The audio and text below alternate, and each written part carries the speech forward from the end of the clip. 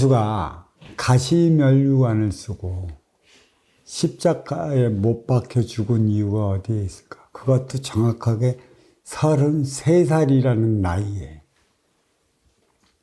성모 마리아의 그 자식으로 태어났다고 그러지. 그리고 동정녀라고 또 가리키고 있지만 원래 신격화 시키는 데 있어서는 무지무지 이 설화가 심해요. 있을 수도 없는 그러한 일을 신격화 시켜야만이 그 양반을 우러러 보는 것이고, 어떤 양반의 일대기를 이렇게 봐도 참 신격화를 참 많이 시켰어. 띄워보려고. 음양합의 차원으로서 인간이 세상에 나타나는 것이고, 또 인간이 이 지구상에 출현을 했을 때에는 인간의 이 인육을 모델을 삼은 게 나무예요. 나무는 뿌리, 몸통, 가지로 이루어졌고 지기에서 생성된 게 나무고, 나무는 지기의 세포라 지기의 기운을 빨아당길 때만이 성장하기 때문에 나무의 싱크탱크, 뿌리, 하드디스크는 뿌리이기 때문에 뿌리를 음의 기운으로 가다 놓고 지기의 기운을 뽑아들여 몸통을 통해 가지의 열매를 맺게 하는 것이고, 하지만 인간의 인육에는 천기의 원소가 실려서 살아가야 하기 때문에 이 머리를 땅에 숙이고 또 땅 속에 묻고는 절대 살아갈 수가 없어. 그래서 이 천기의 원소 인기는 천기의 기운을 바로 받아 먹을 때 그 행위를 다 할 수 있기 때문에 머리는 하늘로 치솟은 것이고 다리는 땅을 짚고 살아가는 것이지, 하늘의 기운이 나의 머리, 백회를 통해 육신으로 해놓고 발바닥 용천으로 통해 갖고 지기를 통해 한 바퀴 도는 거란 말이야. 천기의 원소를 받아 먹기 위해서. 그렇다면 지기의 세포 뿌리가 그만큼 잔털이 많은 이유가, 안 보이는 잔털 미세한 거 하나하나까지도 숨어 있는 듯 없는 듯 지기의 기운을 빨아먹기 때문에 거대 고목으로 자라나는 거예요. 산을 가던 들을 가던 농촌 들판을 가던 그 숲속에 거대한 고목이 자라있는 그곳은 기운이 아주 좋은 곳입니다. 그러한 고목이 클 수 있는 기운이 정확하게 맞아떨어져 있기 때문에 그러한 고목이 살아요. 성장하는 것이지. 인간도 그렇게 성장을 해야 돼. 모든 요소가 맞아떨어졌을 때, 태어날 때 이만한 아기가 성인이 되면 170 정도밖에 더 되겠어. 우리 민족을 얘기를 하는 거고, 많이 커야 170에서 180이겠지. 거대 인물로 큰다는 건 육이 크는 게 아니라 정신이 크는 거예요. 정신은 뇌에 있는 것이고, 이 뇌를 움직이는 것은 천기의 원소 인기가 뇌를 움직이기 때문에, 이 뇌는 항상 하늘로 쳐들고 사는 것은 뇌 안에 인기가 자리하고 있고, 이 뇌의 기운은 천기를 흡수할 때만이 살아 움직이는 것이라. 그래서 천기를 받을 때가 언제면 해가 중천에 떠 있을 무렵이야. 그래서 인간은 그때 가장 행동이 활발히 움직여져요. 해가 지면 에너지 충전하기 위해 인간은 머리를 바닥에 누이고 잠을 자는 것이지. 인간의 활동을 안 한다고 했을 때는 다 누워있는 것이에요. 누워있을 적에 눈을 뜨면 모르지만 대부분 누워있고 눈을 감았을 적에는 내 생각도 쉬는 것입니다. 그래, 이렇게 그 인육은 나무를 룰모델로 삼아 있었고, 분명하게 이 인육을 쓰고 살아가는 인기는 인간이라 인간으로 살아가야 되는 그만한 이유가 있어요.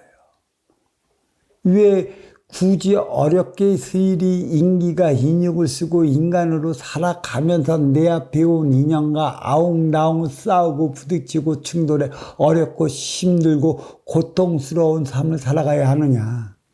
이러한 현상을 일어나기 때문에 어떤 철학자들은 사는 게 고뇌고 고통이라 인간은 고통스러울 수밖에 없다라는 말도 안 되는 자기 논리적인 철학을 내세우고 간 이들도 많아요.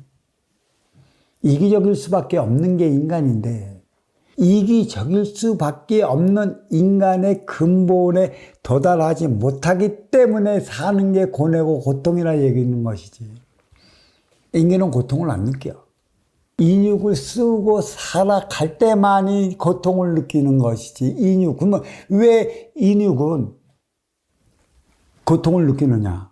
꼭 쓰고 살아가야 되느냐? 그래서 이 인육을 가리켜 내가 손오공의 머리띠 송고하라고 그랬어. 손오공이 막 지 잘났다고 막 움직이고 삼장법사의 뜻대로 안 할 적에는 삼장법사가 주문을 외우면 머리에 그 송고가 꽉 쪄갖고 자기 뜻대로 못하게 만들어버리는 거예요. 그게 인기야. 그게 인육이란 말이야. 그래, 인간으로서 내 앞에 인연과 하나 되어 살아가지 못하고 싸우고 충돌하고 부딪히는 일이 많으면 얘야 그러면 안 되느니라고 주는 게 육의 표적이야. 근데 육이 아픈 거지 내가 아픈 게 아니구나. 근데 인간은 육이 아픈 게 내가 아픈 걸로 착각을 하고 있어. 이 육이 아픈 건 내가 아픈 거기 때문에 나의 깨우침을 일깨워주기 위해 육신의 표적을 가하는 것이라 그때는 분명하게 내 뒤를 돌아봐야 돼요. 하지만 정은 나의 기운이라고 그랬어. 인기를 정이고 애고이고 참나이고 진하라 가리킨 이유가 여기에 있는 것이지. 진짜 내가 아플 때는 인의 기운에 티끌을 끼게 만들어. 그때면 정신이 돌아버리고 미치고, 그렇죠? 내가 아플 적에는 내가 아픈 줄 알까?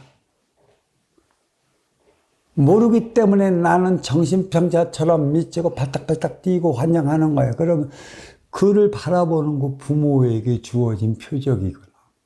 내가 아플 때는 절대가 내가 아픈 줄 몰라요. 정신병하고 육신의 병하고 차이가 일어나는데 이 육신의 병은 나의 모순을 일깨워주기 위해 받는 표적이라고 한다면 정신의 병은 내가 나를 키워주는 부모에게 주어는 표적이기도 한 것이고 이제 반려자를 만난 이후에 돌아버리거나 미쳐버릴 적에는 반려자를 깨우치기 위해 주어지는 표적이에요.